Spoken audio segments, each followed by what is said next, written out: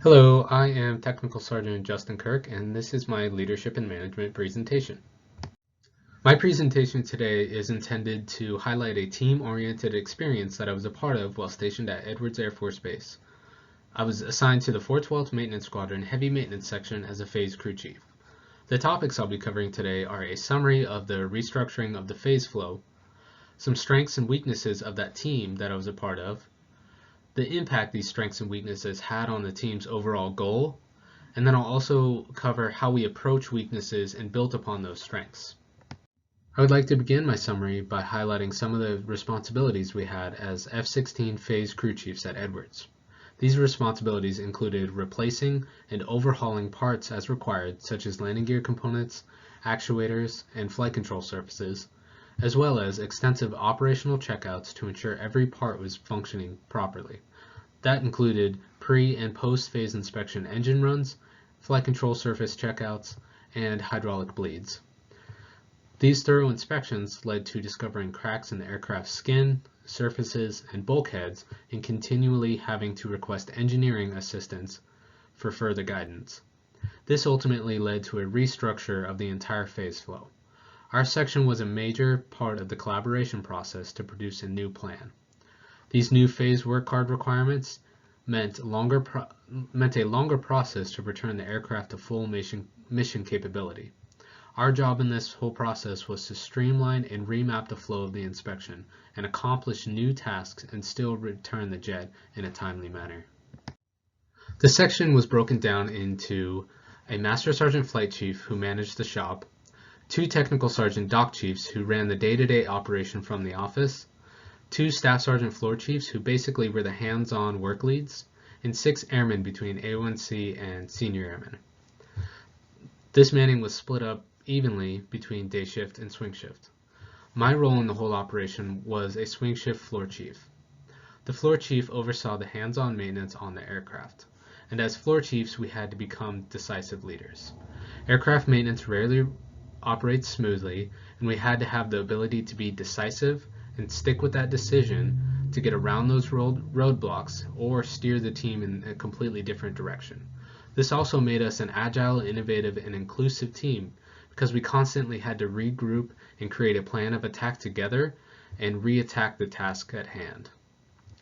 I think the most important part about being decisive and being agile was being able to report back to our leadership and having the confidence that they would support the decision that we made as a team. Due to the unique test mission at Edwards Air Force Base, our commander was a civilian director. She constantly stayed micro-engaged with us, not to be confused with micromanaging us. She often exercised mission command by holding everyone accountable to make sure that every process was covered. She set clear expectations for us and empowered us to make decisions and present new ideas because we were the subject matter experts. She also ensured that everyone was a part of the collaboration process. When we would have meetings, she would invite even our youngest airmen to the collaboration meetings. Next, I would like to highlight some of the weaknesses of this team, starting with strong-willed. This was mainly applicable to the non-commissioned officers of the section who were stuck with their old habits. They would often use the phrase, "the way we've always done things," as a reason for what they're doing. To be honest, there was no shortage of wisdom among the NCOs in this section, but this stubbornness added a resistance to the inevitable change. This impacted the airmen of the section because these NCOs were the frontline supervisors and they were supposed to be setting the example for these airmen. This was not a good start for a team trying to rework a phase structure that we have known for many years. The next weakness I would like to highlight was inexperience. This was mainly due to the airmen that we had in the section that had a limited amount of aircraft maintenance experience. This was only to blame on a lack of time in service, at no fault of theirs. The impact it had on the section while trying to achieve this goal of restructuring the phase flow was that it kind of made it choppy and a little bit lengthier than usual. And we had to take more time for hands-on training, which was not necessarily a bad thing, and it was definitely justifiable. Next, I would like to highlight some of the strengths of this team, starting with strong work ethic. This group's work ethic was unmatched by any other team that I've been a part of in my Air Force career. They were constant self-starters and took initiative to look ahead and be proactive every step of the way. This had a positive impact on the team because they formed good habits, constantly stayed motivated, and motivated others around them. Most importantly, it acted as a great first impression for new airmen joining the section. The next strength I would like to highlight was this team's focus on goals and results. Several members of this section would set daily or even weekly goals for themselves and work as hard as possible to try to achieve those goals. This helped everyone realize how valued they were when they were given the freedom to set goals at work. The impact it had on the section was that it instilled confidence for everyone to pursue further education, and even the younger airmen wanted to take on trainees and begin to lead the way, and in turn this made more marketable airmen. Next, I would like to go over some actions that were taken to correct some of the weaknesses that I highlighted earlier, starting with strong-willed. First off, we collaborated and found common ground to plan for the initial flow as a team. Next, we embraced that plan for the entire phase. After the phase was complete, we gathered with notes and suggestions to provide feedback and some fine-tuning for the process. This led to open conversations with a team of diverse aircraft maintainers and leaders about what we could do better, where we can save time, or where we needed more time, and so on. This took the wisdom from those NCOs that I mentioned earlier and the innovative ideas from those newer airmen to combine them into a team-oriented project. This empowered the team and kind of gave everyone a sense of pride in their work. From a leadership and management perspective during this transition, we were able to create positive relationships amongst the team because we felt we were building something together. Some actions that we took to fix the inexperience in the section was to add extra time into the phase flow package for younger airmen to learn new tasks. We also ensured that everyone was assigned a new challenge every inspection. This was our attempt to avoid symptoms of airman burnout. Burnout is best described in this article in the Forbes online magazine, and I quote, "Burnout is an expression of mental, emotional, and physical exhaustion that often comes from ongoing work-related stress.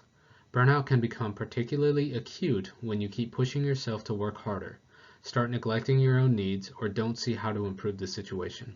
It's part of your responsibility as a leader to notice what's going on for your people and for yourself." End quote. Kislik 2021.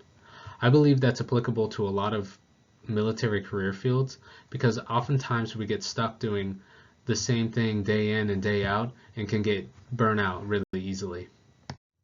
Our director trusted us with the decision to add time to the phase flow for the younger airmen because she believed it was a great way to invest in the section for the long haul.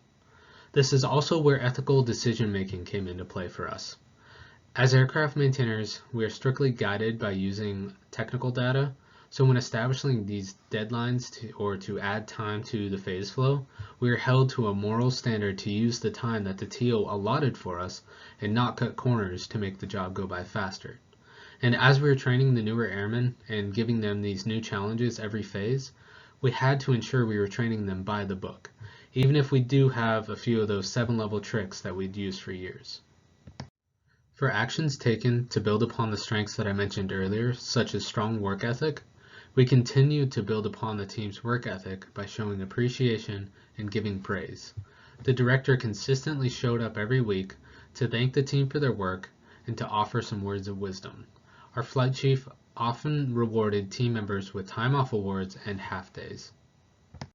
And as for focusing on goals and results, we continued to establish a plan for every day and would empower everyone to set their own goals for themselves, especially if they were assigned a large project.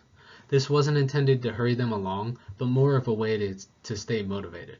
And this led to everyone holding themselves to a higher standard and having the will to achieve a daily goal. In conclusion, I summarized a positive team experience I was a part of while assigned to the 412th Maintenance Squadron at Edwards Air Force Base. Then I described some of the strengths and weaknesses of the team and how they impacted the team's goal. And finally, I went over some actions we were able to take to build upon those strengths and work on those weaknesses. This was a very great learning experience for me as an NCO, and it has had a major impact on the way I've carried myself since. Thank you.